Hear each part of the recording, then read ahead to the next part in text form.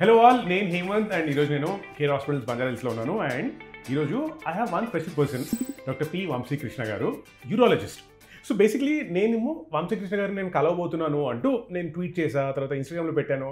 And జనరల్గా ప్రపంచానికి చెప్పినప్పుడు ఈ క్వశ్చన్ అడుగు, ఆ క్వశ్చన్ అడుగు అంటూ బోల్డని క్వశ్చన్ నాకు పంపించారు. నేను అందులో కొన్ని ఫిల్టర్ చేసి నేను డాక్టర్ గారి దగ్గరికి తీసుకొచ్చాను. Sir, firstly good evening, good afternoon. అసలు మీకు టైమింగ్లు ఉండవేమో, బట్ గుడ్ డే అనలేము. So nice to see you అండి. మీరు సోషల్ మీడియాలో, ఎస్పెషల్లీ యూట్యూబ్లో మీరు వెరీ వెరీ పాపులర్. ఇంట్లో కూర్చున్న వాళ్ళందరికీ మీరు తెలుసు. సో ఎగ్జాక్ట్గా మిమ్మల్ని నేను కలుస్తున్నానని చెప్పినప్పుడు నాకు ఒక లిస్ట్ ఆఫ్ క్వశ్చన్స్ ఇచ్చారు. సో అడిగిన వాళ్ళ సైడ్ నుంచి వాళ్ళని రిప్రజెంట్ చేస్తూ నేను మిమ్మల్ని క్వశ్చన్స్ అడగబోతున్నాను సార్. ఫస్ట్ థింగ్ అందరికీ తెలియాల్సింది ఏంటంటే, ఇన్ఫ్యాక్ట్ ఏదైనా హాస్పిటల్స్కి వచ్చినప్పుడు లిస్ట్ ఆఫ్ ఇవి ఉంటాయి కదా సార్, ఇది స్పెషాలిటీ. అందులో ఆ స్పెషాలిటీస్లో యూరాలజిస్ట్ అని ఉంటుంది. What is urology? యూరాలజిస్ట్ ఏం చేస్తారు సార్, చెప్పండి ప్లీజ్. సో చాలా మంచి క్వశ్చన్ ఇది. సో చాలామందికి అసలు వాళ్ళ ప్రాబ్లమ్స్ ఎవరి దగ్గరికి వెళ్ళాలి, దానికి ఎటువంటి ట్రీట్మెంట్స్ ఉంటాయో కూడా అవగాహన లేకుండా లోపల సఫర్ అవుతుంటారు.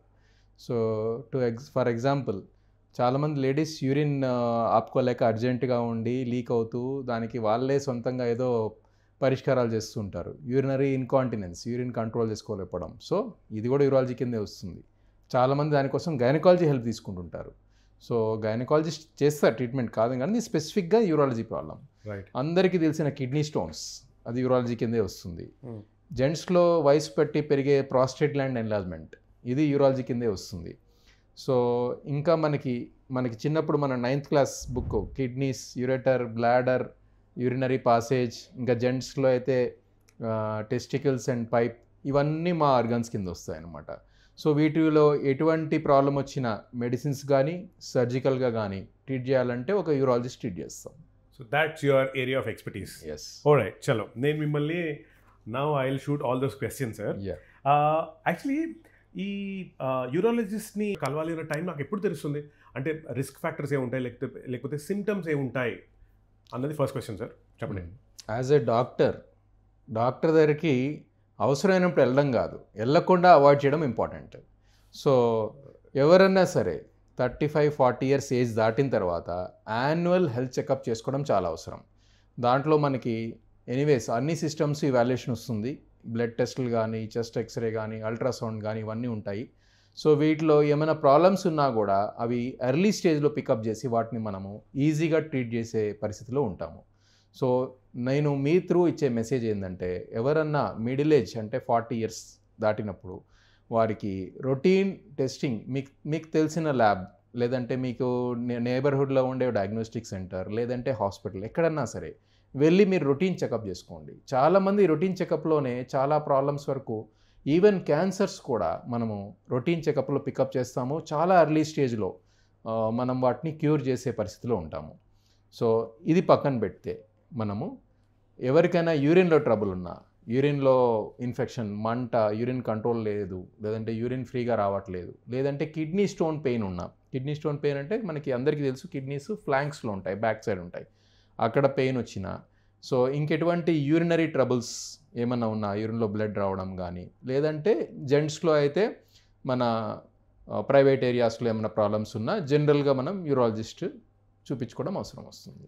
విచ్ బేసిక్లీ మీన్స్ మీరు ఇయర్లీ హాలిడేకి వెళ్ళినా లేకపోయినా ఇయర్లీ హెల్త్ చెకప్ అయితే చేయించుకోండి కేర్ హాస్పిటల్స్లో, అంతే కదా? Good, right. సార్, ఇందాక మీరు చెప్పినట్టు అసలు యూరాలజీకి సంబంధించి మెన్, విమెన్, ఈ డిఫరెన్సియేషన్ ఇందులో కూడా ఉంటుందో, or is the same everywhere? Exactly. మా యూరాలజీలోనే there are 8 to 10 sub specialities. Okay, so దాంట్లో andrologist is the urologist who is specialised in men. So అలానే urogynaecologist is a urologist who is specialised in women urological problems.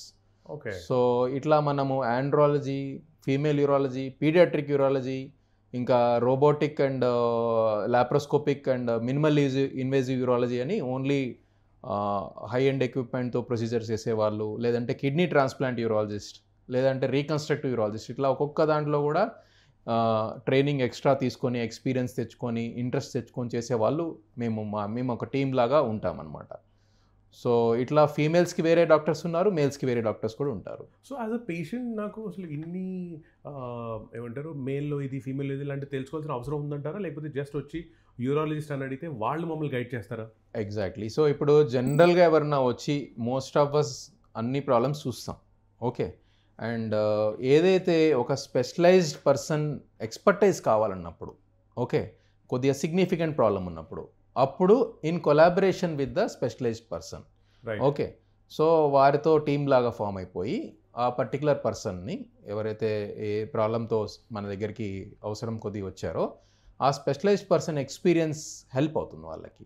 So జనరల్గా first entry యూరాలజిస్ట్కి ఉంటే సరిపోతుంది. They can decide. So like we have a department, we're members of 7-member team. So దీంట్లో నేను ఇంతకుముందు చెప్పిన specialities అన్నిట్లోనూ ఒక్కొక్కళ్ళం ఇంట్రెస్ట్ తీసుకొని చేస్తున్నాం అనమాట. సో బట్ ఎనీబడి ఎవరు చూసినా కూడా but they will take the help of that speciality person if needed. ఇప్పుడు మనకి simple example, cough cold fever వచ్చింది, దానికి మనం పల్మనాలజిస్ట్ దగ్గరికి వెళ్ళక్కర్లేదు, ఫ్యామిలీ ఫిజిషియన్, జనరల్ ఫిజిషియన్ వాళ్ళు కూడా ట్రీట్ చేస్తారు. ఎప్పుడైతే లంగ్ ఇన్ఫెక్షన్ అయిందో అప్పుడు కూడా రిపీటెడ్ లంగ్ ఇన్ఫెక్షన్ ఉందో అప్పుడే మనం లంగ్ స్పెషలిస్ట్ దగ్గరికి వెళ్ళాల్సి వస్తుంది. Similarly general urology problems female కన్నా మేల్ కన్నా కానీ మనం జనరల్ యూరాలజిస్ట్ చూసి దాంట్లో ఏమైనా అవసరమైతే సర్జికల్ ప్రొసీజర్ కానీ ఏదైనా రొటీన్ స్టెప్స్తో ట్రీట్మెంట్ కాలని ఉన్నప్పుడు ఆ స్పెషలిస్ట్ని కూడా చూస్తే ఇంకా మంచిది. సో ద పాయింట్ ఈస్ అసలు యూరాలజికల్ ఇబ్బంది అని తెలిస్తే మన దగ్గరికి వస్తే you will guide them way to go. Exactly. Right. Sir, ఈ మేల్ రిప్రొడక్టివ్ హెల్త్కి సంబంధించి చాలా మిస్కన్సెప్షన్స్ ఉంటాయి కదా, అసలు అందులో మోస్ట్ మిస్అండర్స్టూడ్ థింగ్ అంటే ఏముంటుంది? సి ఈ ప్రైవేట్ ఏరియాస్లో ప్రాబ్లమ్స్, పర్టికులర్లీ మేల్ రీప్రొడక్టివ్ ఆర్గాన్స్లో, ఇవి we cannot speak to our friends, family members, anybody openly. It's an embarrassing situation. Okay. So what we will do, మనం ఏం చేస్తాం, ఒక ఇంటర్నెట్ హెల్ప్ తీసుకుంటాం. దాంట్లో you know how internet is, it's a double edged knife. Okay. It may be useful for some but it is harmful for more nowadays. Okay. Some person with ఏదైనా vested interest, okay, they will లే a trap. Penis size is small, come to us, we will do medicine or surgery to increase the size. Okay. Testicle levels are in different levels, come to us, we will set it right. So if you open internet and type whatever these problems, you will open hundreds of sites. Okay. I can't say all of them are false or whatever, they are vested interest, but most of the times the information you get, you will be more anxious because of the information. So proper professional దగ్గర మీరు opinion తీసుకోవాలి. So most common మీరు అడిగిన దానికి answer చేయాలంటే penis size small. Okay, ఇది one of the most common complaint people come to us. Okay, నా స్మాల్గా ఉంది, they will see somewhere and they will compare and then ఇంటర్నెట్లో. సో ఇది దాంతో యాంగ్షియస్ ఫీల్ అవుతారు, లోపలే ఉంటారు. By the time they come to us already they will sometimes even think of నేను సూసైడ్ చేసుకోవాలనుకుంటున్నాను డాక్టర్ అని వస్తారు. ఎందుకు బాబు అంటే నాకు పెనిస్ చిన్నగా ఉంది, నాకు పెళ్ళి కాదు. అంతా రీఅష్యూర్ చేసి వాళ్ళకి చేసి కన్ఫర్మ్ చేసి వాళ్ళు బాగా చాలామంది వెళ్తారనమాట. పాపం వీళ్ళు ఈ ఇన్ఫర్మేషన్ అంతా నెట్లో తీసుకొని వాళ్ళే యాంగ్జైటీ తెచ్చుకొని, యాంగ్జైటీ ఉన్నప్పుడు వాళ్ళకి రొటీన్గా వచ్చే నైట్ టైం ఎరెక్షన్స్ కానీ లేదంటే ఎవరికైనా మాస్టర్బేషన్ అలవాటు ఉంటే దాంట్లో వీక్నెస్ కానీ చూసి నాకు ప్రాబ్లం ఉందని ఇంకా ఆ ప్రాబ్లం విషియస్ సైకిల్లోకి వెళ్ళిపోయి సఫర్ అయ్యే వాళ్ళు ఉంటారు. సో మిస్ఇన్ఫర్మేషన్కి దూరంగా ఉండడం చాలా అవసరం. So go to a specialist, whoever you think is appropriate. Directly talk to the specialist, seek the best advice. Right. So basically, if you have a problem, get the expert. Yeah. Don't depend on just internet for knowing the diagnosis and treatment also. Depend on internet if you want to know who is available, who is not, whatever it is. Akkada varke. Not more than that. So prostate health అనేది ఈ మధ్యకాలంలో స్పెషల్గా మెన్లో చాలా పెద్ద problem అయిపోయింది. Of course age పెరిగే కొద్ది కదా. మరి ఈ ప్రోస్టేట్ హెల్తీగా ఉంచుకోవడానికి మెన్కి డెఫినెట్గా ఫాలో అవ్వాల్సిన స్టెప్స్ లాంటివి ఏమైనా ఉన్నాయా? First of all, how many people know what is prostate? So let us just give a brief percentage. Yeah, so if I say prostate, many people don't know whether it is a body organ or some other thing. So prostate అనేది normal men, all మెన్లో ఒక bladder నుంచి ఏదైతే urine pipe వస్తుందో అక్కడ sexual ఫంక్షన్లో ఒక seminal ఫ్లూయిడ్లో nutrition కావాల్సిన సెక్రీషన్స్ సెక్రీట్ చేసే ఆర్గాన్ ఇది. ఓకే. సో ఈ ఆర్గాన్ అనేది మనకి ఏజ్ పెరిగే కొంది దాని సైజ్ పెరుగుతుంది. దీన్ని ప్రాస్టేటిక్ ఎన్లార్జ్మెంట్, సింపుల్ ఇంగ్లీష్లో, మెడికల్ టర్మ్స్లో benign enlargement of prostate, BEP అంటాం. సో ఇది పెరగడం అనేది యూజువల్గా 40 ఇయర్స్లో స్టార్ట్ అయినా కూడా సిమ్టమాటిక్గా వచ్చే సైజు యూజువల్గా 60, 70, ఇంకా వయసు పెరిగే కొంది ఇంకా సిమ్టమ్స్ వస్తూ ఉంటాయి. సో లైక్ సిమ్టమ్స్ ఏంటి? నైట్ టైం నేను నిద్రలేని లేవట్లేదు యూరిన్ కోసం. సడన్గా I started slowly waking up once in the night. Okay, then it becomes 2 times, then 3 times.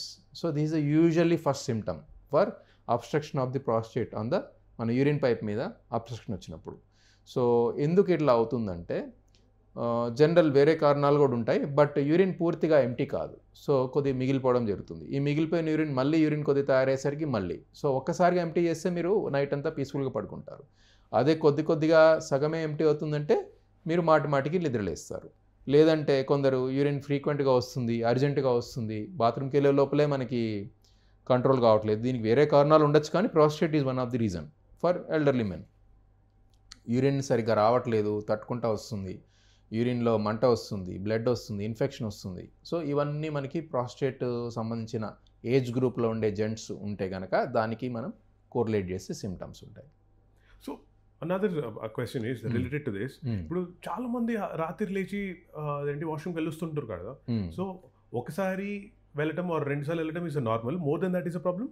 No, that's what this through you I want to convey. Once night నిద్ర లేచి వెళ్ళడం it's okay, acceptable. But I see day in day out 2-3 times లేస్తున్నాను చాలా ఏళ్ళ నుంచి, నాకేం problem లేదు. So that is the time you have to come to a hospital, seek a urologist, see what is the function of the bladder, empty అవుతుందా లేదా, ఏమన్నా urine మిగిలిపోతుందా, ఒక ఎవాల్యుయేషన్ అవసరం.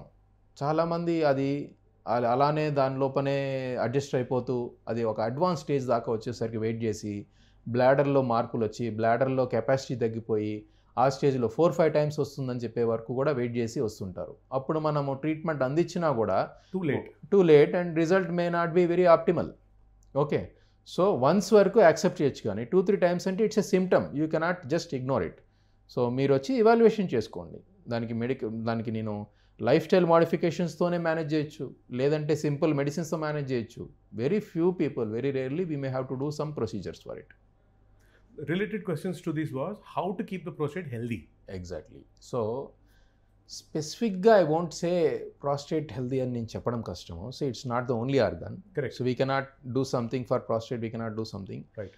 In general, we all know, if you ask anybody with some IQ or common sense, have a balanced diet for the body and have a physical workout regularly and de-stress yourself in whatever way you like. So ఈ balance diet ఎంతమంది మనం కరెక్ట్గా తీసుకుంటున్నాం? సరే, ఈ 3 చాలా impossible అండి. Exactly. So ఎంతమంది మనం 7 కల్లా మనం డిన్నర్ చేసి పడుకుంటున్నాం? How many of us? So మన పూర్వీకులు సన్ రైజ్కి తినేవాళ్ళు, సన్సెట్కి ఆపేశారు. ఓకే, మీరు విలేజ్కి వెళ్ళి యానిమల్స్ని చూస్తే ఎప్పుడన్నా సన్ సెట్ అయిన తర్వాత తింటాయా? నాక్టర్నల్ యానిమల్స్ కాదు. మనం మాత్రం 10:30, 11 midnight biryani. What is this? Swiggy mistake. స్విగ్గీదే తప్ప. సో మన డైటరీ హ్యాబిట్స్తోనే మన సగం డిసీజ్ ఎక్స్ప్లెయిన్ చేయొచ్చు. సో ఈ డైటరీ హ్యాబిట్తో ఏమవుతుంది, అన్ని డిసీజెస్కి మూల కారణం అదే ఉంటుంది. ప్లస్ దాని మీద మనము స్విగ్గీలో ఆర్డర్ చేసుకుని, sorry not to say against Swiggy, so mobility food habits, మనము వాక్ చేయకుండా కౌచ్ పొటాటో అయిపోతాము, ఒబీసీ వస్తున్నాం. Obesity is a risk factor for kidney stones. Obesity is risk factor for urine infections directly. Okay, so obesity may be linked to prostate problems also. So మన life style మార్చుకుంటే సగం problems మనం prevent చేయొచ్చు, not only urological but general health. So కానీ మనం life style ఎంత కన్విక్షన్తో మార్చుకుంటున్నాం అనేది question. Sir, in today's generation the most common problem that we go through ఈ స్ట్రెస్. స్ట్రెస్కి కూడా డైరెక్ట్గా ప్రాస్టేట్తో ఆర్ యూరాలజీతో కనెక్టెడా? స్ట్రెస్ ప్రాస్టేట్ ఎన్లార్జ్మెంట్ కాజ్ చేయదు, కానీ యూరినరీ ఫంక్షన్ ఎఫెక్ట్ చేస్తుంది. రైట్. సో యూరిన్ అనేది స్ట్రెస్ఫుల్గా ఉండేప్పుడు ఒక స్పింక్టర్ ఉంటుంది ప్రాస్టేట్ జస్ట్ అబోవ్. సో ఈ స్పింక్టర్ అనేది సరిగ్గా ఓపెన్ కాకుండా టైట్గా ఉంటుంది. సో దీనివల్ల ప్రాస్టేట్ ఎట్లయితే అబ్స్ట్రక్ట్ చేస్తుందో ఆ స్పింక్టర్ కూడా ఓపెన్ కాకపోవడం వల్ల అబ్స్ట్రక్ట్ చేసి యూరిన్ ఫంక్షన్ సరిగ్గా కాకుండా ఫ్లో కాకుండా దాంతో సిమ్టమ్స్ వస్తారు. సో చాలామంది దీన్ని ప్రైమరీ బ్లాడర్ నెక్ అబ్స్ట్రక్షన్ అంటాం. సో వీరికి మేము ఫస్ట్ మెడిసిన్స్ ఇచ్చిన లాంగ్ టర్మ్ మేనేజ్మెంట్ మీరు స్ట్రెస్ తగ్గించుకోవాలని దానికి తగిన వాట్ ఎవర్ మెడిటేషన్ చేస్తారా, ఇంకేదైనా ప్రాణాయామం చేస్తారా, ఇంకేదైనా తస్బీ అంటారు మన ముస్లిం బ్రదర్స్లో వాళ్ళు చేయడము. So every faith has their own way to distress and what ever you way. Okay, so ఇది చేయడం అవసరము. సో స్ట్రెస్ అనేది మనం we can endlessly talk about diet and stress. Sir ఇందాక మీరు చెప్పినట్టు ఈ మేల్ ఇన్ఫర్టిలిటీ కానీ లేకపోతే ఎరెక్టైల్ డిస్ఫంక్షన్ కానీ చాలా చాలా సెన్సిటివ్ ఉంటాయి. లైక్ యూ సైడ్ పక్కన ఫ్రెండ్తో కూడా మాట్లాడలేము కదా. మరి ఇలాంటివి పేషెంట్స్ దగ్గర మాట్లాడుతున్నప్పుడు కానీ ఆర్ పేషెంట్స్ మీ దగ్గరకు వస్తున్నప్పుడు కానీ how do they set that tone? So ఆ డిస్కషన్ ఆ డైలాగ్ ఎలా compare to other people who come with other urological problems, ఈ ప్రైవేట్ ప్రాబ్లమ్స్ ఉండే వాళ్ళు చాలా స్ట్రెస్తో వస్తారు. రైట్, ఓకే, సైకలాజికల్ స్ట్రెస్తో వస్తారు. అయ్యో నాకు ఇట్లా అయిందనేది. So if I have a problem in my hand I'm not that worried as compare to I have a problem in my private area. Right, okay, so masculinity మీద doubt ఇట్లాంటి. So వీరికి చాలా time ఇచ్చి spend చేయాల్సి వస్తుంది. So దీనికి అందుకనే ఒక స్పెషలైజ్డ్ ఆండ్రాలజీ విభాగంలో ఉండేవాళ్ళు, వాళ్ళు దాంట్లో స్పెషలైజ్డ్ ఉండేవాళ్ళు. లైక్ మా టీంలో డాక్టర్ ప్రియాంక్ సలేచా ఉన్నారు. అటువంటి వారు స్పెషల్గా వాళ్ళు డీల్ చేయడం అవసరం. బట్ యాజ్ నేను చెప్పినట్టు సేమ్ మన లైఫ్ స్టైల్ హ్యాబిట్స్తోనే సగం ఎరెక్టైల్ డిస్ఫంక్షన్ లేదంటే ఇన్ఫర్టిలిటీ, మేల్ ఫర్టిలిటీ కూడా దీనివల్ల ఎఫెక్ట్ అవుతుంది. So lifestyle modification, balanced diet, మనకి రెగ్యులర్ ఎక్సర్సైజ్, ఓకే, డీస్ట్రెస్సింగ్, ఇవి చేయడం అవసరం. సెకండ్, చాలామంది ఇవన్నీ జరగకున్నా కూడా వస్తుంటారు మేల్ ఫర్టిలిటీ ఇష్యూస్తో. సో వారికి సింపుల్ టెస్ట్లు ఉంటాయి like ultrasound, semen analysis, depending on ఏమున్నాయి ప్రాబ్లమ్స్ అనేది చాలా వరకు మెడిసిన్స్తోనే మనము కరెక్ట్ చేసుకోవచ్చు. Erectile dysfunction 90% of times is a psychological reason. So వాళ్ళకి అన్ని టెస్టులు చేస్తాం, నార్మల్ వస్తాయి. So it is whatever they are going through, all of us go through some bad phases in life. So bad phase వచ్చినప్పుడు first thing effect అయ్యేది మేల్స్లో erectile function. So psychological erectile dysfunction, psychogenic ED అంటాం దీన్ని. So దీనికి మనం వాళ్ళకి reassure చేసి de-stress చేయడానికి మెథడ్స్ చూపించి వాళ్ళ స్ట్రెస్ఫుల్ పాయింట్స్ని కరెక్ట్ చేసి ట్రీట్ చేస్తే సగం ప్రాబ్లం సాల్వ్ అయిపోతుంది. ఆర్గానిక్ ఎరెక్టైల్ డిస్ఫంక్షన్ అంటే ఏదో రక్త సరఫరా ప్రాబ్లం ఉంది మనకి, లేదంటే నర్వ్ సప్లై ప్రాబ్లం ఉంది, లేదంటే టిష్యూలో ఏదో డిసీజ్ ఉంది. ఇవి మేము దాన్ని సరిపడా దానికి రక్త సరఫరా ప్రాబ్లం అంటే రక్తం ఇంప్రూవ్ చేయడానికి మెడికల్ ట్రీట్మెంట్ కానీ, ఇంప్లాంట్స్ కానీ, మైనర్ ఇంజెక్షన్స్ కానీ, ఇట్లా డిపెండింగ్ ఆన్ ప్రాబ్లం మనకి తగిన ట్రీట్మెంట్ ఉంది. ఓన్లీ 10% మందికే ఇదే అవసరం పడుతుంది. సో దీనికి ఒక ఇవాల్యుయేషన్, ఒక స్పెషలైజ్డ్ డిపార్ట్మెంట్ అవసరం. నాట్ ఓన్లీ యూరాలజీ, ఆండ్రాలజీ అవసరం. సార్, పేషెంట్ డాక్టర్ ఇద్దరు హ్యూమన్ బీయింగ్స్ డిస్కస్ చేసుకోవచ్చు, ఫైన్. కానీ ఈ మధ్యకాలంలో we are hearing about the robotic surgeries అని, లేకపోతే యాక్చువల్లీ హెల్త్ కేర్లో technology is an amazing thing. Exactly. So over the years అసలు మెడికల్ టెక్నాలజీ చాలా పెరిగింది కాబట్టి ఇట్స్ హెల్పింగ్ అ లాట్ కదా. ఎగ్జాక్ట్లీ. అసలు what's your view on this? అంటే role of technology in health care, how beautiful is this? So we always something new comes. Okay, somebody has intended to bring good out of it. Okay, we have to find what is good out of it. So but there are certain side effects. Okay, ఏదన్నా ఇప్పుడు internet ఇందాక అనుకున్నట్టు, లేదంటే any technology, there is that it's social media, so many good things, like through this media we are going to spread knowledge, break myths, ఇవన్నీ ఉంటాయి. But at the same time social media ఎంత harmful అందరికీ తెలుసు. Same way even medical technology కూడా most of the times it is useful and good. So as long as we are utilizing it for the appropriate purpose, like indicated situation, like ఈ సిచ్యువేషన్లో ఇది అవసరం అని వాడినంత వరకు ఇట్ ఈస్ ఎక్స్ట్రీమ్లీ యూస్ఫుల్. దానివల్ల life save అవుతున్నాయి. ఓకే, రికవరీ ఫాస్ట్ అవుతుంది. ఇంకా ఏదైతే అంతకుముందు చేయలేని ప్రొసీజర్స్ కూడా, సర్జికల్ ప్రొసీజర్స్, ఇది వచ్చినప్పుడు చాలా ఈజీగా చేయడము. ఓకే, ఇంతకుముందు 20-30 years ఎక్స్పీరియన్స్ ఉండే వాళ్ళే చేయగలిగినవి ఇది వచ్చినప్పుడు, రోబోటిక్ సర్జరీ వచ్చినప్పుడు 1-2 yearsలో మనము అంత కాంప్లికేట్ ప్రొసీజర్స్ చేయడం దీనివల్ల జరుగుతుంది. సో మీరు అన్నట్టు రోబోటిక్ సర్జరీ అంటే ఏదో రోబో వచ్చి వాక్ చేసి మనకి రజనీకాంత్ గారి లాగా ఆపరేట్ చేయదు. చేదా? అరే చూద్దాం. సో ఇక్కడ కరెంట్లీ ఉన్న రోబో సిస్టమ్ మేము చేసేది యూరాలజీలో చేసే surgery is a master slave robo. So this slave is an absolute slave. Okay, చెప్పింది ఖచ్చితంగా ఎలా ఉంటుందో అలానే వింటుంది.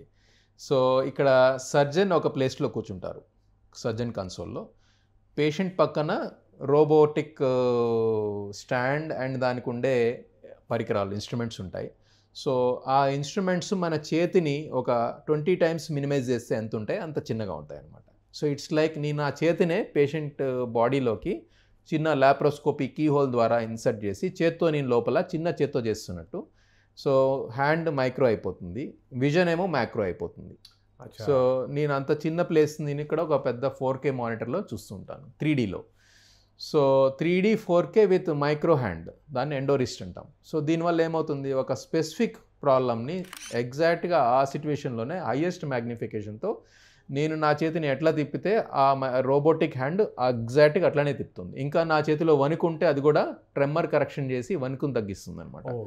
సో దానివల్ల రోబోలో నేను మ్యాక్సిమం ప్రెసిషన్తో ట్యూమర్ కట్ చేయాలన్నా, ఏదైనా రిపేర్ చేయాలన్నా, కుట్లు వేయాలన్నా ఎగ్జాక్ట్గా మనం వేసి రిజల్ట్ని చాలా అద్భుతంగా ఇచ్చే అవకాశాలు ఉన్నాయి. సో బ్లీడింగ్ కూడా మనకి ఓపెన్ సర్జరీ కానీ లాప్రోస్కోపీ కంటే దీంట్లో మనకి బ్లడ్ వెజల్ ఎక్కడుందో ఒక ఇంజెక్షన్ ఇస్తే ఇది బ్లడ్ వెజల్ అని మనకి కనిపిస్తుంది, ఐసీజీ అంటాం. సో ఆ బ్లడ్ వెజల్కి మనము కిలోమీటర్ దూరంలో ఉంటాం. ఓకే, ఇంకొక ఇంజెక్షన్ ఇస్తే ఒక స్విచ్ ఆన్ చేస్తే ఇదిగో ట్యూమర్ ఇక్కడ ఉంది అని అంటాం. సో దీంట్లో మనకి ఆర్టిఫిషియల్ ఇంటెలిజెన్స్ మనకందరికీ తెలిసిందే. ఆర్టిఫిషియల్ ఇంటెలిజెన్స్లో పేషెంట్ యొక్క సిటీ స్కాన్ దాంట్లో లోడ్ చేస్తాం. సో ఆ సిటీ స్కాన్ ఇమేజెస్ ఈ సర్జన్కి ఆ స్క్రీన్లోనే ఒక కార్నర్లో ఓకే ట్యూమర్ ఈ పరంగా ఇక్కడ ఉంది, దీనికి ఇటు నుంచి ఒక ఆర్టరీ వస్తుంది, ఇక్కడ నుంచి వెయిన్ వస్తుంది, ఇక్కడ నర్వ్ వెళ్తుంది, సో మీరు ఇక్కడి నుంచి వెళ్ళాలనేది వాయిస్ కూడా మనకి చెప్తుంది, ఇమేజ్ కూడా ఇస్తుంది, మ్యాప్ లానే. ఇంకా map 3D mapping ట్యూమర్ది.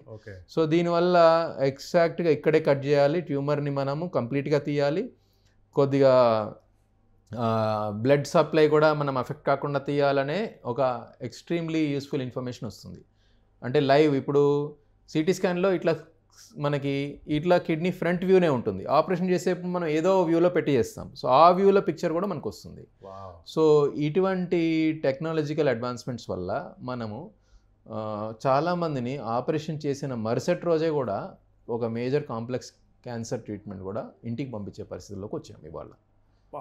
All because of the help of technology. Technology minimise, ఇప్పుడు మనం స్పెసిఫిక్గా ఆ ప్రాబ్లమ్ని అక్కడికే వెళ్ళి దాన్నే ట్రీట్ చేసి వస్తున్నాం. Right, we don't need to do open పెద్ద కట్ చేయడము, మొత్తం మొబిలైజ్ చేయడము, అట్లా కాకుండా ఒక స్పెసిఫిక్ డిసీజ్, ప్రాస్టేట్ క్యాన్సర్ కానీ కిడ్నీ క్యాన్సర్ కానీ ఎక్కడైనా పైప్స్ బ్లాక్ ఉంటే ఆ బ్లాక్ని మనం రిపేర్ చేయడం కానీ. సో ఇట్లా మన యూరాలజీలోనే ఒక 15 to 20 కండిషన్స్ ఉన్నాయి. రోబోటిక్ సర్జరీ ద్వారా చాలా కంఫర్టబుల్గా మనం వారిని కంప్లీట్ చేసి సర్జికల్ ప్రొసీజర్ కంప్లీట్ చేయొచ్చు. సో ఇది ఇంత అడ్వాన్స్ ఉంది. ఇంకా మనము వాట్ ఈజ్ అప్కమింగ్ ఇంకా చూస్తే ఇంకా ఎగ్జైట్మెంట్ ఉందన్నమాట. సింగిల్ పోర్ట్ అంటే 4 హోల్స్ కాకుండా ఒకటే హోల్ నుంచి ఇవన్నీ చేయొచ్చు. సో అది నెక్స్ట్ ఇన్కమింగ్ థింగ్ ఉంది. So it is rapidly advancing technology. And మీరు కూడా because you will be using this ఎప్పటికప్పుడు మీరు అప్డేట్ అవుతూ ఉండాలి, ట్రైన్ అవుతూ ఉండాలి. Every month we attend, we either demonstrate our own technique or we learn from other colleagues who are already doing seeds. It's ever ending, never ending learning ఉంటుంది మాకు, for all of us. మీకు కూడా homework ఇస్తారండి? Yeah. Sir ఈ జనరేషన్లో right now because this యూరాలజీకి సంబంధించి ఎలాంటి technology ఏమేమి యూస్ చేస్తున్నారు sir? What kind of robotic surgeries? Yeah, so to list common robotic surgeries అంటే కిడ్నీలో నేను ఇంతకుముందు చెప్పాను, ఎర్లీగా డయాగ్నోస్ అవ్వడానికి సెల్ఫ్ స్క్రీనింగ్, హెల్త్ స్క్రీనింగ్లో చాలామంది చిన్న చిన్న ట్యూమర్స్ కిడ్నీలో వస్తున్నారు. అవి క్యాన్సర్ ట్యూమర్స్ ఉంటాయి. సో ఓన్లీ ట్యూమర్నే వెళ్ళి తీయడం, పార్షియల్ నెఫ్రెక్టమీ, ఇది రోబోటిక్లో చేయొచ్చు. కొన్నిసార్లు కిడ్నీలోనే పెద్ద ట్యూమర్ ఉంది, కిడ్నీ మొత్తం తీయాలి, కానీ మినిమం కట్తో తీయాలి, బ్లడ్ సప్లై ఎఫెక్ట్ కాకుండా, బ్లీడింగ్ ఎక్కువ కాకుండా తీయాలి, రాడికల్ నెఫ్రెక్టమీ. యూరిన్ ఏదైతే కిడ్నీ పైప్లో ట్యూమర్ ఉంది అప్పుడు దాన్ని తీసి రిపేర్ చేయడము, ఓకే. లేదంటే బ్లాడర్లో ట్యూమర్ ఉంది, బ్లాడర్ తీయడం, దాన్ని రిపేర్ చేయడము. So mostly tumours, prostate tumour ఉంది, రాడికల్ ప్రాస్టేటెక్టమీ చాలా కష్టమైన ప్రొసీజర్ ఓపెన్ సర్జరీ చేయాలంటే. అదే రోబోటిక్లో చిన్న ప్లేస్లో కూడా మనం నేను చెప్పిన చిన్న ఎండోరిస్ట్ ఇన్స్ట్రుమెంట్స్తో మనం దాన్ని కంప్లీట్గా తీసేయచ్చు. So all tumours from kidney to prostate, even penile క్యాన్సర్లో లింఫ్ నోడ్స్ అని అంటారు, వాటిని తీయడము, ఎనీ బ్లాక్ ఉంటే రిపేర్ చేయడము. ఓకే, ట్యూబర్క్లోసిస్ వల్ల కానీ, రిపీటెడ్ స్టోన్స్ వల్ల కానీ, యూరిన్ పైప్ బ్లాక్ ఉంటే రిపేర్ చేయడం, స్ట్రిక్చర్స్, వాటిని ఫ్లాప్స్ అని కొత్త ప్రొసీజర్స్, ఇట్లా ఒక 15-20 వరకు ప్రొసీజర్స్ మనం రోబోటిక్ ద్వారా మనము చేయగలిగే పరిస్థితి ఉంది. ట్రెడిషనల్ మెథడ్కి రోబోటిక్ సర్జరీకి ఎక్స్ట్రా కేర్ తీసుకోవడం, లేకపోతే ఆర్ ఒక పేషెంట్ ఆప్ట్ చేసుకోవడం లాంటి సిస్టమ్ ఉంటుందా, or is it traditional method ఎప్పుడు మేము ఆఫర్ చేస్తాం పేషెంట్కి, but as health care specialist దీనివల్ల అడ్వాంటేజ్ ఇది, దీనివల్ల డిసడ్వాంటేజ్ ఇది, సో అని మేము వాళ్ళకి ఎక్స్ప్లెయిన్ చేస్తాం. So somebody May choose traditional open surgery also, what ever reasons. So వాటికి చేయకూడదు అనేది ఏం లేదు. ఇంకోటి ఏంటంటే robotic surgeon should be able to do a traditional procedure also. ఎప్పుడన్నా రోబోటిక్ దాంట్లో ప్రొసీడ్ కానప్పుడు, వాట్ ఎవర్ టెక్నికల్ ప్రాబ్లమ్స్ ఉన్నప్పుడు కానీ, బ్లీడింగ్ అయినప్పుడు కానీ ఇమీడియట్గా ట్రెడిషనల్ ఓపెన్ ప్రొసీజర్ చేయడానికి కూడా మేము కేపబుల్ ఉండాలి. సో ట్రెడిషనల్ కాదు తప్పు అనట్లేదు, బట్ ఇట్ ఈజ్ మ్యాచింగ్. ఇప్పుడు మనం ఒక 15-20 సెంటీమీటర్ కట్ అవాయిడ్ చేసి 3 హోల్స్లో నుంచి ప్రొసీజర్ చేస్తే పేషెంట్ నెక్స్ట్ డేనే పెయిన్ రిలీఫ్ అయిపోయి 3rd, 4th డే ఇంటికి వెళ్ళిపోయి 1 వీక్లో ఆఫీస్కి వెళ్ళిపోతే ఇంకా అంతకంటే మనకేం కావాలి, which would have taken 1 month to 2 months time otherwise. But again sir, అసలు హాస్పిటల్ డాక్టర్ అనగానే అన్నిటికంటే వచ్చే first question is the bills. Is robotic surgery very expensive sir? How do you define very, అది చెప్పడం కష్టము, subjective, correct, subjective. So maybe it will add to the cost by 1/4 amount to the routine amount. Right. So if X is the amount for a routine procedure, so maybe 1/4 to 1/3 X add చేయాల్సి వస్తుంది. So it's not like 2-3 times costlier. 25%, 30% extra amount ఉంటుంది, but at the cost of your better relief, comfort levels, pain free levels, ఇవన్నీ. So దీంట్లో ఏమన్నా అంటే misconceptions లాంటివి ఉన్నాయా sir robotic surgery? As of now I'm sure misconceptions ఉన్నాయి. Exactly, నేను first introduction robotic సర్జరీకి ఏమి ఇచ్చాను, we cannot take the technology and use it for XYZ. So simple procedure, circumcision విన్నారా మీరు? ఫోర్ స్కిన్ ఎక్సెస్ ఉండి వెనక్కి వెళ్ళకపోతే అది వెనక్కి తీయడానికి చిన్న ప్రొసీజర్ ఉంటుంది. సో కొంతమంది పాపం ఇంటర్నెట్ చూసేసి నాకు సర్కంసిషన్ రోబోటిక్ వేలో చేయండి అని అంటారు. ఓకే, లేదంటే హైడ్రోసీల్ అని చిన్న కండిషన్ ఉంటుంది, నీరు వస్తుంది టెస్టిస్ చుట్టూ. సో అది సూపర్ఫిషియల్ సర్జరీ, మనం లోపలికి వెళ్ళి చేయక్కర్లేదు, బయటే ఉంటుంది. దానికి కూడా నాకు రోబోటిక్ సర్జరీ చేయమని అడుగుతారు. So they opt themselves, they ask us. Okay, so then we say you don't need robotic for this. Okay, so we can manage in a better way with open surgery because it's a superficial. Inside పొట్ట లోపల ఉంటే మనకి చేయడం కష్టం, కానీ బయట ఇంకా కొన్ని సర్టెన్ సిచ్యువేషన్స్లో రోబోటిక్ చాలా సర్జరీస్ అయినాయి ఇంతకుముందు. పొట్టలో పోర్ట్స్ చేయడానికి ప్లేస్ లేనప్పుడు కూడా రోబోటిక్ అంత ఈజీ కాదు, అప్పుడు ట్రెడిషనల్ మెథడ్లో చేయాల్సి వస్తుంది. Right. So every technology should be utilized according to the situation for the benefit of that person. We cannot apply a blanket rule that everything can be done by this. So robotic surgery అన్ని దాంతోనే చేస్తారనేది ఒక misconception. That's where natural intelligence comes, not the artificial. Exactly. Right. So actually, I mean overall గా if you see urology as a department, as a specialty in medicine, అసలు future గురించి ఆలోచిస్తుంటే how exciting is it? Apart from robot surgery common ప్రాబ్లమ్స్కి మనము ఏమేమి వస్తున్నాయి. So we are traditional open surgeries నుంచి minimally invasive procedures like cut కూడా లేకుండా, ఇప్పుడు కట్లో కూడా లేకుండా ఇంకా మైనర్ ప్రొసీజర్స్ కూడా వస్తున్నాయి. రేపొద్దున maybe some drugs may come which can avoid procedures at all, like you said prostate prevent చేయడం. సో యాజ్ ఆఫ్ నో అట్లాంటిది లేదు. సో లైక్ కామన్గా kidney stones, I think most of the people know now kidney stones మనము hole కూడా పెట్టకుండా endoscope ద్వారానే laser ద్వారా తీయచ్చు అనమాట. ఓకే, యూరిన్ పాసేజ్ నుంచే మనకి మొబైల్ ఛార్జింగ్ కేబుల్ ఉంటుంది కదా, ఐఫోన్ది కానీ నార్మల్, ఆ కేబుల్ కంటే సన్నటిది స్కోప్ వస్తుంది. ఆ స్కోప్ అనేది కిడ్నీ దాకా కూడా పాస్ చేయొచ్చు, దాంట్లో నుంచి లేజర్. సో ఆ లేజర్ ద్వారా స్టోన్స్ని బ్రేక్ చేయడం. So this is one great thing which can ease lifes of many people with kidney stones. Not that every patient with kidney stone should be treated with this. Most of them మెడిసిన్స్తో treat చేయొచ్చు.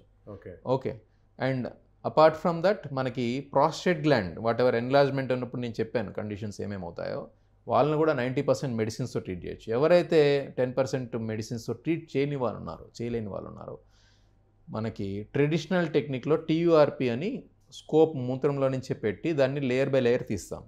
అలా కాకుండా laser వాడి చిన్న స్కోప్తో ఇంకా ఎఫెక్టివ్గా బ్లడ్లెస్గా pain కూడా తక్కువగా ఉండేట్టు మనం laser TURP laser prostatectomy surgery ఉంది. అది కూడా యాక్చువల్గా ఒక అంతా రిమూవ్ చేయడము ఒక సర్జికల్ ప్రొసీజర్. ఇప్పుడు దానికంటే మోర్ అడ్వాన్స్డ్గా ఇంకొద్దిగా మైనర్ మినియేచరైజేషన్ ఏంటంటే ఒక స్టేపుల్తో మనం ప్రాస్టేట్ని ఓపెన్ చేసినట్టు యూరోలిఫ్ట్ అని ఒక ప్రొసీజర్ ఉంది. దాంట్లో మనకి అనెస్థీషియా కూడా పెద్దగా ఇవ్వక్కర్లేదు, పేషెంట్ని కూడా అడ్మిషన్ కూడా చేసుకోక్కర్లేదు, డే కేర్లో చేసి పంపించవచ్చు. సో అంటే మార్నింగ్ వచ్చి ఈవినింగ్ వెళ్ళొచ్చు. సో ఇదే కాకుండా water vapour therapy resume. So దీంట్లో కూడా మనకి ప్రాస్టేట్లో ఒక చిన్న ఇంజెక్షన్ ఇస్తే స్టీమ్ వచ్చేసేసి ఆ ప్రాస్టేట్ని కరిగిస్తుంది. ఇది కూడా డే కేర్, అంటే ఎవరైతే హై రిస్క్ ఉన్నారు, heart patients, advanced multiple other problems ఉన్నాయి, లేదంటే ఈ ప్రాస్టేట్ సర్జరీస్లో ఇజాక్యులేషన్ సీమెన్ బయటకు వచ్చేది ఎఫెక్ట్ అవుతుంది కాబట్టి అది ఇజాక్యులేషన్ యంగర్ పర్సన్ ఉన్నారు, ఎవరికైతే ఇజాక్యులేషన్ మెయింటైన్ అవ్వాలనుకునే వాళ్ళు, వీళ్ళకి యూరోలిఫ్ట్ కానీ రిజ్యూమ్ కానీ మినిమల్లీ ఇన్వేజివ్ ప్రెజర్స్గా వచ్చాయన్నమాట. వీటిలో మనం కట్టింగ్ కూడా ఏముండదు. సో 5-10 minutes ప్రొసీజర్స్ ఉంటాయి ఇవి. సో కానీ వీటిలో ఒక చిన్న ప్రాబ్లం ఏంటంటే అందరికీ దీన్ని same technology cannot be A blanket application చేయలేము దాన్ని. సో ఈ పరిస్థితిలో రిజమ్ కరెక్టా కాదా, యూరోలిఫ్ట్ కరెక్టా కాదా, ఇక్కడ న్యాచురల్ ఇంటెలిజెన్స్ వస్తుంది అనమాట. సో వాళ్ళు వచ్చిన వాళ్ళకి ఏది కరెక్ట్ ఏది కాదు, ఎందుకంటే వీటి ఎఫికసీ కూడా స్టాండర్డ్తో కంపారిటబుల్ కంటే కొద్ది తక్కువగా ఉంటుంది. సో డిపెండింగ్ ఆన్ ఆ పర్సన్కి బ్యాక్గ్రౌండ్ ఏంటి, ఏది రిక్వైర్మెంట్ ఉందని బట్టి మనకి ఒక బాస్కెట్ వేర్ మనకి రిజ్యూమ్ వాడచ్చా, యూరోలిఫ్ట్ వాడచ్చా, ఇంకొకటి ఐటిండ్ అని ఉంది, అది ఇంకొందరికి, అది కూడా సేమ్ మినిమల్ ఇన్వేజివ్ చిన్న ఇంప్లాంట్ వస్తుంది, అది పెట్టంగానే అది ఓపెన్ చేస్తుంది, అది 1 weekలో థ్రెడ్తో తీసేయచ్చు అనమాట. సో వీటి గురించి మనం వేరే వీడియోస్లో కూడా డిస్కస్ చేసుకోవచ్చు. లేజర్ ప్రాస్టెటెక్టమీ కానీ, ఓకే, లేదంటే రోబోట్తో కూడా ప్రాస్టేట్ తీయడం, రోబోటిక్ సింపుల్ ప్రాస్టెటెక్టమీ కానీ, రోబోటిక్ రాడికల్ ప్రాస్టెటెక్టమీ క్యాన్సర్ కానీ, ఒక బాస్కెట్ ఇన్ విచ్ ఓ పర్సన్ వచ్చారు, ఆయనకి ఏది కరెక్ట్ అనేది మనం చూస్ చేసి ఆఫర్ చేయొచ్చు అనమాట. రైట్. సో ఇదంతా టెక్నాలజీ మనకి ఇదంతా హెల్ప్ చేస్తుంది. సో ఈ టెక్నాలజీ వల్ల మన పెయిన్ కానీ సఫరింగ్ కానీ తక్కువ చేస్తూ ప్రాబ్లమ్ని ఈ విధంగా సాల్వ్ చేసే సిచ్యువేషన్లో ఉన్నాం మనం. సార్ యూరాలజీ అంటే అండ్ మా వాళ్ళందరికీ జనరల్గా ది అండర్స్టాండింగ్ ఈజ్ కిడ్నీ, ఎస్పెషల్గా మీరు ఇందాక కిడ్నీ స్టోన్స్ గురించి మాట్లాడారు కాబట్టి ఎగ్జాక్ట్లీ అసలు కిడ్నీ స్టోన్స్కి సంబంధించి అసలు గూగుల్లో ఏమేమి క్వశ్చన్స్ అసలు చెక్ చేస్తున్నారు ఆర్ ఏమేమి ఆన్సర్స్ కోసం వెతుకుతున్నారు అని చూస్తే I found a list. So I'm going to shoot those questions to you sir. Kidney స్టోన్స్ని క్విక్గా ఫ్లష్ అవుట్ చేయాలంటే ఏం చేయాలి? సో కిడ్నీ స్టోన్ పొజిషన్ ఎక్కడుంది, కిడ్నీలో అబ్స్ట్రక్ట్ కాకుండా ఉందా, పైపులో ఇరుక్కొని అబ్స్ట్రక్ట్ చేస్తుందా? కిడ్నీలో అబ్స్ట్రక్ట్ కాకుండా ఉన్నప్పుడు మనకి ప్రశాంతంగా మెడిసిన్స్ అవి ఇవి కిడ్నీ స్టోన్ సైజ్ బట్టి టైం ఉంది మనకు 2-3 months. అదే పైపులో ఇరుక్కుందంటే we have to hurry. Okay, maximum 10-15 days depending on situation. Infection వస్తే ఇమీడియట్గా చేయాలి. సో 10-15 daysలో మనకి మీరు చెప్పినట్టు ఫ్లష్ అవుట్ చేయడానికి అందరికి తెలిసిందే వాటర్ ఎక్కువ తాగాలి. సమ్ మెడిసిన్స్ ఉన్నాయి, ఆ మెడిసిన్స్తో ఈ పైప్ కొద్దిగా రిలాక్స్ అవుతుంది అనమాట. ఆ మెడిసిన్స్తో పైప్ రిలాక్స్ అయ్యి స్టోన్ ఫస్ట్ చేసే సిచ్యువేషన్స్ బిలో 6-7 mm ఉండే వాళ్ళకి 80-90% స్టోన్స్తో మెడిసిన్స్తో ఎక్స్పెల్ చేయొచ్చు. 7 mm కంటే ఎక్కువ ఉందంటే ఛాన్సెస్ తక్కువ. కిడ్నీలో పైన ఉంది స్టోన్ పైప్లో, అప్పుడు కూడా ఛాన్సెస్ ఎక్కువ. లేదంటే ఇన్ఫెక్షన్ ఉంది, కిడ్నీ ఫంక్షన్ క్రియాటిన్ టెస్ట్ ఎక్కువగా ఉంది, అబ్నార్మల్గా ఉంది, ఇవి అయినప్పుడు మాత్రం మెడిసిన్స్ కంటిన్యూ చేసి కిడ్నీకి ఇంకా రిస్క్ తీసుకురావడం కరెక్ట్ కాదు. కాబట్టి అటువంటప్పుడు నేను ఇందాక చెప్పిన లేజర్ ప్రొసీజర్స్ చేసి ట్రీట్ చేస్తాం. సో ఫ్లష్ చేసే పాసిబిలిటీ 80-90% మందికి, ఎందుకంటే ఎక్కువ మంది చిన్న స్టోన్స్తోనే వస్తారు. Sir what kind of foods cause kidney stones? ఇప్పుడు 4 types ఆఫ్ కిడ్నీ స్టోన్స్ ఉన్నాయి. Right. Calcium stones, uric acid stones, triple phosphate stones, cystine stones. యూజువల్గా లాస్ట్ చెప్పిన 2 అంత కామన్గా ఉండవు. ఫస్ట్ 2 కాల్షియం కానీ యూరిక్ యాసిడ్ స్టోన్స్. అంటే యూరిక్ యాసిడ్ స్టోన్స్ కొందరికి నాన్ వెజిటేరియన్ డైట్ తీసుకున్నప్పుడు ఎక్కువగా వస్తాయి. సో యూరిక్ యాసిడ్ స్టోన్ అని తెలిసినప్పుడు కొద్దిగా వెజిటేరియనిజం చేయడం అవసరం. రైట్. కాల్షియం స్టోన్స్కి salt restricted diet, excess salt అనేది ఓన్లీ మనం వేసుకునే టేబుల్ సాల్ట్లో లేదు. మనం సూపర్ మార్కెట్లో కొనే ప్రతి prepared and prepacked and prepared ఫుడ్లో కూడా ఒక ప్రిజర్వేటివ్గా సాల్ట్ ఉంటుంది. మన society we're moving towards fast food and అన్నీ త్వరగా అయిపోవడం. So sadly. So this is causing increase in kidney stones to some extent. So ఈ విధంగా salt restricted diet, certain vegetables, కొందరికి కాల్షియం ఆక్సిలేట్ స్టూడెంట్స్ ఉంటే టొమాటో, గ్రీన్ లీఫీ వెజిటబుల్స్, ఇంకా మన ఇవి గ్రౌండ్ నట్స్ కానీ క్యాష్యూ నట్స్ కానీ, కాఫీ, చాక్లెట్స్, సో వీటిలో కూడా ఆక్సిలేట్ కంటెంట్ ఎక్కువ ఉంటుంది కాబట్టి వాటిని అవాయిడ్ చేయడం కొద్దిగా బెటర్. సార్ ఆ కిడ్నీ స్టోన్ పాస్ అవడానికి ఎన్ని రోజులు పట్టచ్చు? How long does it take? పైప్లో ఇరుక్కున్న స్టోను సరైన మెడిసిన్ కనుక పనిచేసి వాటర్ తాగితే వితిన్ 5 seconds కూడా నెక్స్ట్ టైం యూరిన్ పాస్ చేయడంలో పడిపోవచ్చు. అది ఎక్స్పెల్షన్. అదే కరగాలి, డిజల్యూషన్ అంటే నేను చెప్పినట్టు పైప్లో ఇరుక్కున్న స్టోన్కి డిజాల్వ్ అయ్యే టైం మనకి లేదు. ఓకే, 10 daysలో అది బయటికి మెడిసిన్స్తో అన్నా పోవాలి, మనమన్నా తీయాలి. కిడ్నీలో సైడ్కి ఇరుక్కోకుండా అబ్స్ట్రక్ట్ కాని పొజిషన్లో ఉండే వాటికి 2-3 months మనము 5 mm బిలో స్టోన్స్కి మెడిసిన్స్ ఇస్తాం. 50% మందికి డిజాల్వ్ అవుతాయి. సార్ చాలా మంది ఎక్కువ సార్లు గూగుల్లో సర్చ్ చేసిన క్వశ్చన్ ఏంటంటే, can I remove kidney stones my self? Okay, so this is the way, but under the supervision of a professional. నేను చెప్పిన విషయాలు, పైప్లో ఇరుక్కుంది ప్లస్ కిడ్నీ ఫంక్షన్ ఎఫెక్ట్ అయింది బ్లడ్ టెస్ట్లో, లేదంటే ఇన్ఫెక్షన్ స్టార్ట్ అయింది బ్లడ్ టెస్ట్ ఆర్ ఫీవర్తో, లేదంటే size 10 to 12 mm ఉంది, odds are very less, మీరు వెయిట్ చేసి ఇంకా కిడ్నీకి ఎఫెక్ట్ అవ్వడం తప్పితే లేదు. ఈ రెడ్ ఫ్లాగ్స్ లేనప్పుడు మేము మెడిసిన్స్ ఇస్తాం. Correct. So then you are taking medicine and you are passing yourself. సొంత తెలివితేటలు వాడకండి అంటారు. Exactly. Under our supervision please do it. Sir ఇప్పుడు కంటెంట్స్ ఆఫ్ ద స్టోన్ తెలుసుకోవడానికి అసలు డాక్టర్ ఎగ్జామిన్ చేసేవి ఏంటి? సో ఎప్పుడైతే ఎవరైనా స్టోన్ పాస్ అయిందని పట్టుకొని వచ్చినా, లేదంటే మేము తీయాల్సి వచ్చినప్పుడు దాని పీస్ ఏమన్నా, కెమికల్ అనాలిసిస్ పంపిస్తాం. సో దాంట్లో నేను చెప్పిన 4 types కామన్గా ఉంటాయి, వాటిలో ఒకటి వస్తుంది. సో దాన్ని బట్టి మనము డైటరీ అడ్వైస్ ఇవ్వడం కానీ, ఓకే రిపీటెడ్గా స్టోన్స్ వస్తున్నాయి, లేదంటే చిన్నపిల్లల్లో స్టోన్స్ వస్తున్నాయంటే వాళ్ళకి యూరిన్ అనాలిసిస్ కంప్లీట్ చెకప్ ఉంటుంది, మెటబాలిక్ వర్కప్ అంటాం. సో వీళ్ళకి ఎందుకు ఈ స్టోన్ వస్తుంది, సో ఏమైనా లోపల కెమికల్ ఇష్యూస్ ఉన్నాయా, మెటబాలిక్ ఇష్యూస్ ఉన్నాయా అనేది ఎవాల్యుయేషన్ జరుగుతుంది. సో దానివల్ల స్పెసిఫిక్ ఇష్యూని మనం అడ్రస్ చేయొచ్చు. Right. Do children get kidney stones? Exactly. So we treat a lot of kidney stones in children.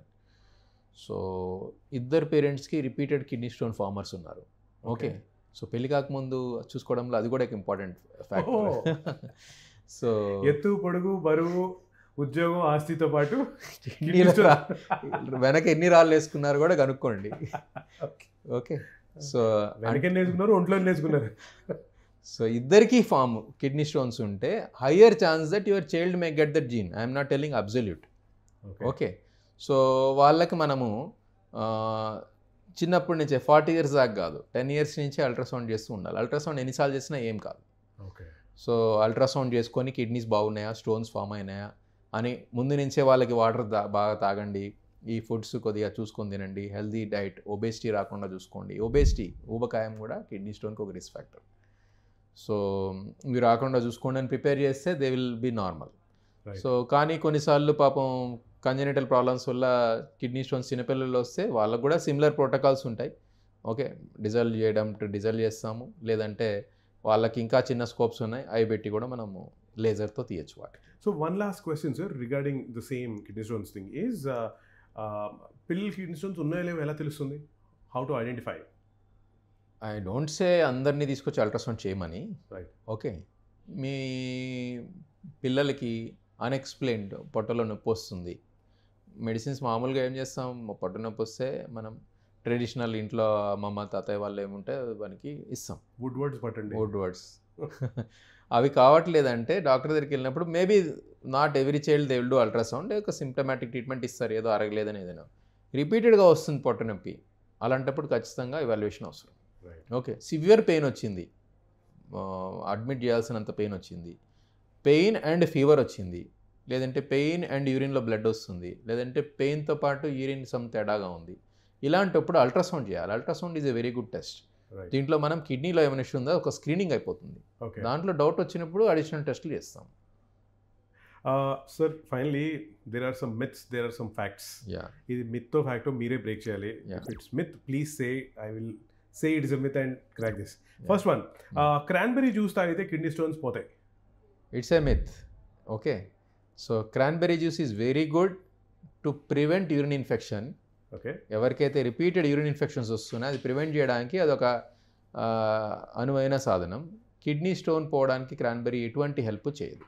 It's a myth. Yes, milk causes kidney stones in children specially. It's a myth. మిల్క్లో calcium ఉంటుంది. Calcium మనం తక్కువ తీసుకున్నా కూడా oxalate ఎక్కువ absorb అయిపోయి మనకి calcium oxalate stone form అవుతుంది. సో మనం మిల్క్ అడిక్వేట్గా తీసుకోవడం, అడల్ట్స్లో 1/2 litre of milk or equivalent products తీసుకున్నప్పుడు కిడ్నీ స్టోన్ ఫార్మేషన్ ఛాన్సెస్ తక్కువ ఉంటాయి. అది డైట్లో తీసుకునే ఆక్సలేట్ని కరెక్ట్గా మ్యాచ్ చేసేసి దాన్ని ఎక్కువ అబ్జర్వ్ చేయకుండా దాన్ని కరెక్ట్గా దాని మెటబాలిజం కంప్లీట్ చేస్తుంది. సో మిల్క్ డెఫిషియన్సీ కూడా కిడ్నీ స్టోన్కి ఒక రిస్క్ ఫ్యాక్టర్గా ఉంటుంది. Okay, the next one, myth factor మీరే చెప్పాలి. కిడ్నీ స్టోన్స్ వల్ల it causes pain when you urinate. In some kidney stones, if stones are stuck near the urinary path, okay, so they won't say pain ఇక్కడ నాకు నడుముకుంది అని చెప్పరు, కింద pain ఉందని వస్తారు. యూరిన్ పాసేజ్లో కానీ పొత్తి కడుపులో కానీ.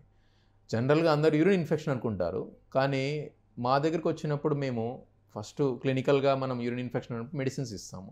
తగ్గట్లేదు అన్నప్పుడు అల్ట్రాసౌండ్ చేస్తే చాలామందికి పైప్లో కూడా స్టోన్స్ ఉంటాయి. So I cannot say it's a myth, it may be possible. Okay. Pain relief means the stone has passed. Intena? It's a big myth and I should thank you to raise this myth here. Most common scenario, నాకు severe pain వచ్చింది, హాస్పిటల్కి వెళ్ళాను, doctor injection ఇచ్చారు, kidney stone ఉందని diagnose చేశారు, medicines ఇచ్చారు, stone పడేయడానికి medicines ఇచ్చారు, 10 డేస్లో రమ్మన్నారు. నాకు 2 డేస్లో పెయిన్ తగ్గిపోయింది. 10 డేస్కి నేను ఢిల్లీకి వెళ్ళాలి ఆర్ XYZ వెళ్ళాలి, లేదంటే పెయిన్ తగ్గిపోయింది ఇంకెందుకు వెళ్ళాలి. నేను పెయిన్ తగ్గిపోయింది కాబట్టి స్టోన్ పడిపోయింది అనుకుంటున్నాను. కానీ పెయిన్ తగ్గిపోవడం అంటే కిడ్నీ స్టోన్ని బయటికి పంపించడం ఆపేసింది. అంటే కిడ్నీలో యూరిన్ కూడా తయారు చేయడం ఆపేసుకుంది. సో ఫ్లష్ అవుట్ చేయకుండా ఆపేసింది, కిడ్నీ రెస్ట్లోకి వెళ్ళిపోయింది. ఓకే, సో ఆ స్టోన్ అక్కడే సైలెంట్గా ఉంది. స్లోగా కిడ్నీ సైలెంట్గా డ్యామేజ్ జరుగుతుంది.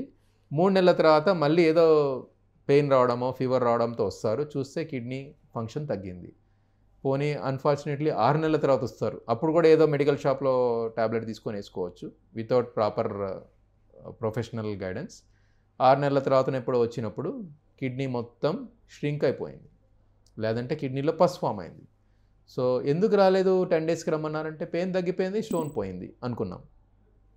సో ఈ మెసేజ్ ప్రతి ఒక్కళ్ళు కిడ్నీ స్టోన్ ఉండేవాళ్ళు మెడికల్ ట్రీట్మెంట్ ఇచ్చినప్పుడు స్టోన్ పోయిందా లేదా అనేది ఖచ్చితంగా కన్ఫర్మ్ చేసుకోవడం అవసరం.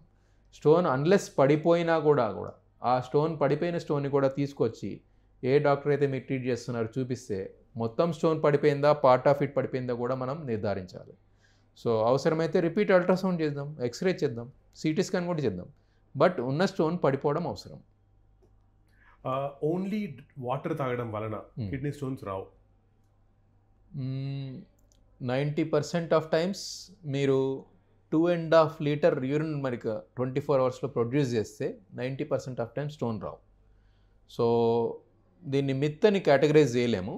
బట్ ఒకవేళ నాకు ఒక జెనెటిక్ ప్రాబ్లం ఉంది, ఓకే, వాటర్ తాగినా కూడా కొందరికి స్టోన్స్ వస్తాయి, వాళ్ళు 5% మందే ఉంటారు. అప్పుడు వాటర్ తాగుతున్నా కూడా కిడ్నీ స్టోన్స్ వస్తున్నాయి అంటే కనుక వాళ్ళకి ఏదో కాల్షియం మెటబాలిజంలో కానీ యూరిక్ యాసిడ్ మెటబాలిజంలో కానీ ఇంకేదన్నా దాంట్లో ప్రాబ్లం ఉంది. దాన్ని మనం మెడిసిన్స్ ద్వారా కరెక్ట్ చేస్తేనే ఈ కిడ్నీ స్టోన్స్ ప్రివెంట్ అవుతాయి. సో జనరల్ పబ్లిక్కి ఏ మెటబాలిక్ ప్రాబ్లమ్స్ లేని వాళ్ళకి 2.5 లీటర్ యూరిన్ పర్ డే కనుక వాళ్ళు పాస్ చేయగలిగితే 90% మందికి కిడ్నీ స్టోన్స్ రావు. అండ్ అందులో poor quality of water is a problem. Water అనేది it's a mineral loaded solution. Okay, so ఆ మినరల్ ఇంబ్యాలెన్స్ ఉందనుకోండి మనకి, సో మనకి ఖచ్చితంగా స్టోన్ కొన్ని ఏరియాస్లో చూస్తుంటాం. ఫ్లోరైడ్ వాటర్, నల్గొండ అక్కడ కిడ్నీస్ డ్యామేజ్ అవుతుంటాయి, స్టోన్ కాదు కానీ. సో ఇంకా కొన్ని ఏరియాస్లో ఎక్కువగా కిడ్నీ స్టోన్స్ వస్తాయి. మన దగ్గర రీసెర్చ్ ఫండింగ్ లేదంటే ఇంట్రెస్ట్ లేకపోవడం వల్ల స్పెసిఫిక్గా ఏ మినరల్తో ఏమొస్తుందని చెప్పలేము, కానీ సో క్వాలిటీ ఆఫ్ వాటర్ డెఫినెట్గా ఎఫెక్ట్ అవుతుంది. డేటా అయితే సైంటిఫిక్గా అవైలబుల్ లేదు, కానీ జనరల్గా మనము ఆర్ఓ వాటర్ వాడుతూ కొద్దిగా ఫిల్టర్ చేసుకుంటూ క్లీన్గా వాడుతూ పోర్టబుల్ వాటర్ అంటే డ్రింకింగ్ వాటర్ చేస్తున్నప్పుడు జనరల్ వాటర్ రావు. హార్డ్ వాటర్ అలాంటివి అవాయిడ్ చేయడం బెటర్. ప్రొలాంగ్ ఇమ్మొబిలిటీ వల్ల కూడా కిడ్నీ స్టోన్స్ వస్తాయి. అవును, it's not a myth, it's a fact. Prolonged bed ridden person ఉన్నారు, ఓకే, సో వారికి యూరిన్ బ్లాడర్ ఫంక్షన్ సరిగ్గా ఉండకపోవచ్చు. సో వారిలో మేము 3 మంత్స్కో 6 మంత్స్కో అల్ట్రాసౌండ్ చేసుకొని కిడ్నీ స్టోన్స్ వస్తున్నాయా బ్లాడర్ స్టోన్స్ వస్తున్నాయా అని చెక్ చేసుకోమని చెప్తూ ఉంటాం. ఎందుకంటే ఈ బెడ్ ఉండే వాళ్ళకి యూరిన్లో కూడా బ్యాక్టీరియా ఉంటాయి, ఇన్ఫెక్షన్ వస్తుంటాయి, బ్యాక్టీరియాతో కూడా కిడ్నీ స్టోన్స్ రావచ్చు. సో అందుకొని సిమ్టమ్స్ లేకున్నా కూడా బెడ్ ఉండే వాళ్ళు if possible bed ridden many reasons ఉండొచ్చు, స్పైన్ ఇంజరీతో కూడా బెడ్ రిడన్ ఉండొచ్చు. సో అలాంటి వాళ్ళు రెగ్యులర్గా చెకప్ చేసుకోవడం చాలా అవసరం. 6 మంత్స్ కన్నా ఒకసారి అల్ట్రాసౌండ్ చేసుకోవాలి. కూల్ డ్రింక్స్ కానీ సోడా కానీ ఇవి ఎక్కువ తాగడం వల్ల కూడా కిడ్నీ స్టోన్స్ వస్తాయి. It's a fact. Cool drinks, soda కాదు, మన కార్బోనేటెడ్ బెవరేజెస్ మనకి లిస్ట్ చెప్పుకుంటే మన కోక్, థమ్స్అప్ వీటన్నిటిలో కూడా ఆక్సలేట్ కంటెంట్ ఎక్కువ ఉంటుంది. సో ఈ కార్బోనేటెడ్ బెవరేజెస్ దాహం తీర్చవు మనకి, ఇంకా మన బాడీని డీహైడ్రేట్ చేస్తాయి. మన బ్లడ్లో ఉండే సాల్ట్ కంటెంట్ వీటిలో ఇంకా ఎక్కువ అవుతుంది వాటర్ కంటెంట్ కంటే. మనకి టెంపరీగా మనకి సాటిస్ఫాక్షన్ ఉన్నా కూడా వాటర్ కంటెంట్. సో ఇప్పుడు మీరు కిడ్నీ స్టోన్ ఫ్లష్ అవుట్ చేయడానికి ప్యూర్ వాటర్, ప్లెయిన్ వాటర్ తాగడమే బెటర్. సో ఇవి తాగడం వల్ల టెంపరీగా దాహం తీరినా కూడా లోపల బాడీ ఇంకా డిహైడ్రేట్ అవుతుంది. ప్లస్ వీటిలో ఉండే ఆక్సిలేట్స్ వల్ల కిడ్నీ స్టోన్స్ రిపీటెడ్గా వచ్చేవాళ్ళు ఎట్లయితే ఇంట్లో ఫ్రిడ్జ్లో ఒక పెట్ బాటిల్ పెట్టుకొని రెగ్యులర్గా అదే తాగడం, వాటర్ తాగడం చేయడం మాత్రం అస్సలు చేయకూడదు. అప్పుడప్పుడు ఏదైనా సోషల్ ఈవెంట్స్లో కొద్దిగా కూల్ డ్రింక్స్ తాగడం వద్దనైతే చెప్పం, కానీ బట్ అది కూడా దేంతోనూ కలపకుండా. Okay sir, olive oil with lemon అది కన్జ్యూమ్ చేయడం కూడా that will solve the problem? Evidence లేదు. Okay, so people have tried 100 things. So evidence లేదు. ఎవిడెన్స్ లేకుండా నేను ఖచ్చితంగా చెప్పలేను. Right. And last question sir, source of pain is always low back. Kidney స్టోన్స్లోనా? So Is kidney it a myth or a stones fact? Always అనే word మిత్తే. Okay. It's mainly okay. So majority of people lower back on one side. Okay, సైడ్కి ఉండాలి. సెంటర్లో ఉంటే మళ్ళీ spine pain ఉంటుంది. So one side either front నుంచి back రావడం మెజారిటీ ఆఫ్ కంప్లైంట్ వస్తుంది. అదే స్టోన్ ఒకవేళ కిందకి జారింది అనుకోండి ఇరటర్లోకి, సో అప్పుడు ఇంకొద్దిగా పెయిన్ కిందకి వస్తుంది. కొన్నిసార్లు అది మేల్ మన టెస్టిస్కి కూడా పెయిన్ వచ్చినట్టు అనిపిస్తుంది. కొన్నిసార్లు యూరిన్ బ్లాడర్ దగ్గరకు వచ్చి ఇరుక్కుంది అనుకుంటే యూరిన్ ఫ్రీక్వెంట్గా వస్తుంది, యూరిన్ వెళ్ళినా రావట్లేదు, సెన్సేషన్ ఉంది కానీ రావట్లేదు, ఈ సిమ్టమ్ కూడా రావచ్చు. కొన్నిసార్లు పైపులో ఇరుక్కుంటే యూరిన్ సరిగ్గా రాదు. So depending on stone position symptoms మారుతూ ఉంటాయి. కానీ మీరు చెప్పిన ఏదైతే లోవర్ బ్యాక్ అనేది 80% మందికి అక్కడే వస్తుంది పెయిన్. సో నాకైతే యూరాలజీ క్లాస్లో కూర్చొని ఫస్ట్ బెంచ్లో టీచర్ చెప్తుంటే వింటూ నోట్స్ రాసుకున్నట్టుంది. ఎగ్జామ్ కూడా ఉంటుంది. సో ఈరోజు the point is urology, kidney stones, myths and robotic surgery, technology, you covered almost everything. నాకైతే ఏ డౌట్లో, ఐఎమ్ షూర్ మా వాళ్ళు కూడా ఏ డౌట్స్ ఉండవు. If we have anything, we will always come back to you. Definitely, always welcome. Thanks for the time. I hope you had fun. Thank you for having this opportunity. Thank you, sir. Yeah, nice meeting you also. నేను ఇప్పటి నుంచి ఎంత జాగ్రత్తగా ఉంటానంటే litre నీళ్ళు అవుతాను. Right sir, thank you.